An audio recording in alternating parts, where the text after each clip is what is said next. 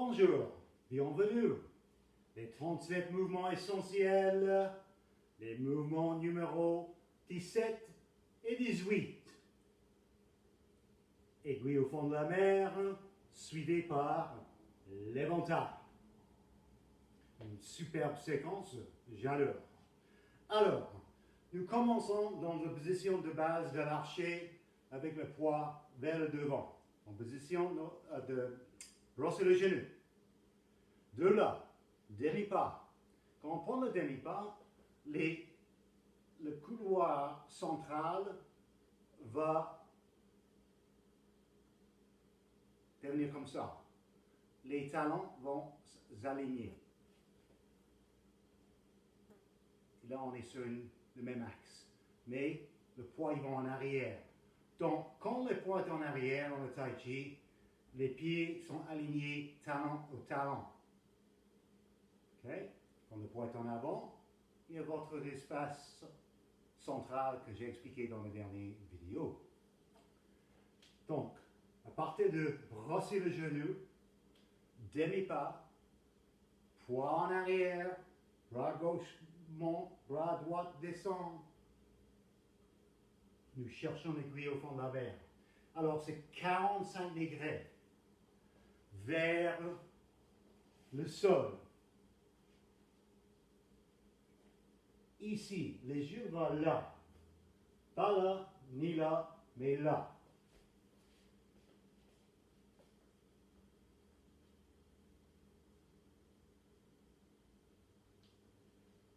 J'espère que vous pouvez voir. C'est difficile d'expliquer cette posture, cette figure est complexe. Donc, aujourd'hui, c'est plus important peut-être de prendre les informations visuellement au lieu de verbalement. Je vais parler, mais c'est difficile d'expliquer. Il y a beaucoup de petits détails. Donc, il faut mieux observer comme il faut. Alors, nous descendons solide ici, très léger là. Il y a juste le poids de la jambe. Comme ça. Solide. On voit parfois, dans le monde de Tai Chi, on voit des gens qui descendent dans une manière que personnellement, il fait ce qu'il veut, c'est le Tai Chi à eux, mais je ne comprends pas quand ils font des affaires comme ça. De chercher l'aiguille au fond de la mer, ils plient à partir de ça, là, et ils arrivent comme ça. C'est très mécanique, c'est pas stable, c'est pas confortable. Point de vue martial, c'est inutile. En tout cas, moi, je ne vois pas qu'est-ce qu'on peut faire avec ça. Comme ça. Et c'est pas beau. Et il faut que le tai chi soit beau. C'est important. Donc, nous pratiquons comme ça. Demi-pas, point en arrière. Le dos courbe comme un chat. Courbe ici. Courbe là. Cherche l'aiguille. OK?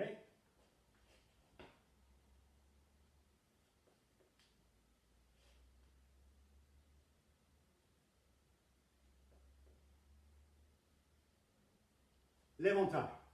Alors, l'éventail est unique jusque-là dans des séries de mouvements pour une raison très simple. Nous sommes à peu près dans une position de l'archer, comme on vient de faire le portier de genou, comme le portier de genou, mais l'éventail a une différence. À la fin du mouvement, nous tournons une huitième, comme je vous avais expliqué déjà. Par là, on est bien assise. Là dans l'aine, ce bras, ici connecte ça avec ça, très ouvert. Ce côté, de l'extérieur, c'est pareil que le simple fouet. Vous vous souvenez de le simple fouet? J'en doute pas que vous avez pratiqué même ce matin. Alors, simple fouet, comme ça. C'est juste l'extérieur. L'intérieur, le travail de l'intérieur est différent. Mais de l'extérieur, c'est pareil. Comme ça. Ici, tournez dans cette manière, avec le poing en avant. Ça, c'est une position pour pratiquer Jianjiang immobile. Vous pouvez rester quelques minutes là, les deux côtés, bien sûr. Ça travaille énormément, tout ça, solide. Il faut relaxer là-dedans, pas évident, mais c'est ça que nous cherchons. Le confort. Le confort est très important dans tout ce que nous faisons dans le tai chi. Parfois, comme les postures sont assez exigeantes et étranges à nos habitudes, ça se peut qu'on se place dans une position, on n'est pas confortable. Et c'est comme normal, dans le sens qu'il faut développer d'abord la force physique. C'est pas évident d'être dans une position comme ça beaucoup. Ça va développer la force des cuisses, les fesses, le bas du dos, etc. Si vous n'êtes pas rendu là encore, oui, quand vous pratiquez, ça va vous fatiguer sur le plan musculaire. Mais il y a de bons bobos, il y a de mauvais bobos. Alors, un mauvais bobo sera, par exemple, si vous pratiquez aujourd'hui et vous sentez quelque chose dans le genou, et ça fait mal un peu, et demain vous réveillez demain matin et vous avez encore mal au genou, là il y a un problème. Mais si vous avez un petit bobo, disons que ça fait mal au genou un petit peu, parce que ça travaille les ligaments, les tendons, les muscles autour, ça peut faire un petit peu de malconfort, un petit bobo, ça dure quelques heures, c'est pas grave, vous êtes en train de travailler le corps, c'est correct. Mais donc il faut séparer les mauvais bobos des bons bobos. C'est deux choses vraiment différentes. C'est sûr qu'en travaillant, que le tai chi peut être assez exigeant. Si vous pratiquez comme il faut avec un bon alignement et que vous êtes bien assis dans l'espace, ça va travailler. Vous allez sentir. Ceux qui pratiquent toujours en haut comme ça, superficiellement, ils ne descendent pas dans les postures, ils ne connectent pas le haut et le bas du corps, etc. Bah, franchement, ça ne sert à pas grand-chose. Le tai chi pratiqué comme ça, ce n'est pas une bonne forme d'exercice. Il faut qu'on intègre tous les besoins de Tai Chi Chuan pour que ça rentre dedans. Et crois-moi, c'est une forme d'exercice exigeant. Alors, aiguille au fond de la main, l'éventail. Deux super postures bien connectées. N'essayez pas, par exemple, de faire la posture immobile comme ça. Ce n'est pas une bonne idée.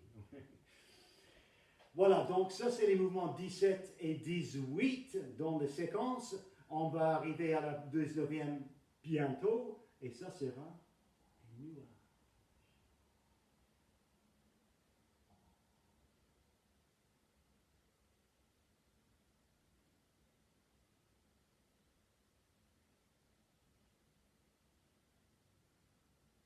Alors, je vous laisse sur ça. Merci de votre attention. Je vous souhaite tous une excellente fin de la journée. Bon chi, à bientôt.